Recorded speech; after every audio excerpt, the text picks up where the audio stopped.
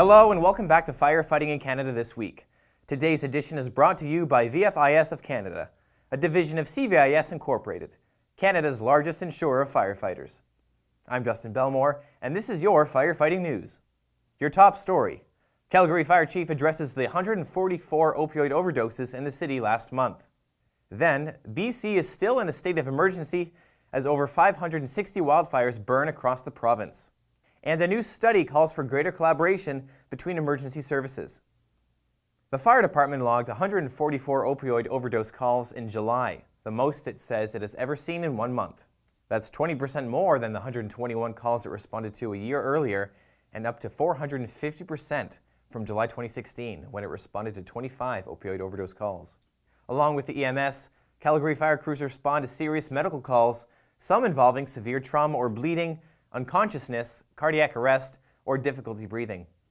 In 2017 alone, 45% of all Calgary fire calls were life-threatening medical emergencies. Firefighters responding to opioid overdose calls administer Narcan to patients, which is the nasal form of naloxone that can reverse the effect of the overdose. Provincial stats say that as of May 6th, 228 people had died from fentanyl-related overdoses this year. That put Alberta on track to average 12.6 deaths per week, up from 11.2 in 2017, when 583 people died. Calgary Fire Chief Steve Dongworth said the silver lining is that the rate of increase is slowing down year over year in terms of overdoses that are called into the station.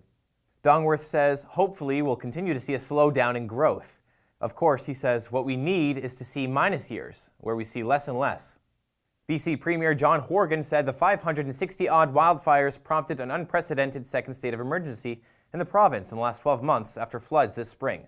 He remains confident there's enough contingency in the budget to provide the needed support, Globe and Mail reports. BC budgeted $63 million for wildfire suppression for the 2018-19 season, but has already spent $274 million, according to figures from the Forests Ministry.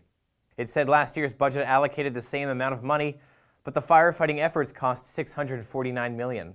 Environment Canada told CTV News that poor air quality is a concern across the province and is also affecting Alberta and Saskatchewan.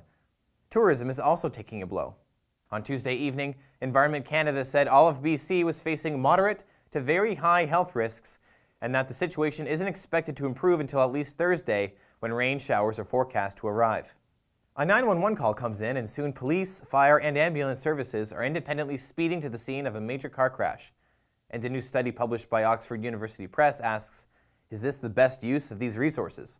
This week we hear from Len Garris about the idea of unifying emergency services to become more efficient and to prevent waste, from an article he wrote with Joe Clare. Garris is the fire chief for Surrey, BC, an adjunct criminology professor at the University of Fraser Valley. Clare is a criminology lecturer at Murdoch University and former strategic planning analyst for the Surrey Fire Service. What this research has said is it's extremely predictive, and the locations are very predictable, and the types of incidents are very predictable. So maybe there's a notion for the agencies, the interdisciplinary approach for individuals, organizations to get together and start focusing on more treatment of the community in the areas. This is Annex Business Media's Niche TV. Thanks again to VFIS of Canada, a division of CVIS Incorporated, Canada's largest insurer of firefighters. Stay tuned for our next episode of Firefighting in Canada this week on Friday, August 31st. I'm Justin Bellmore. See you next time.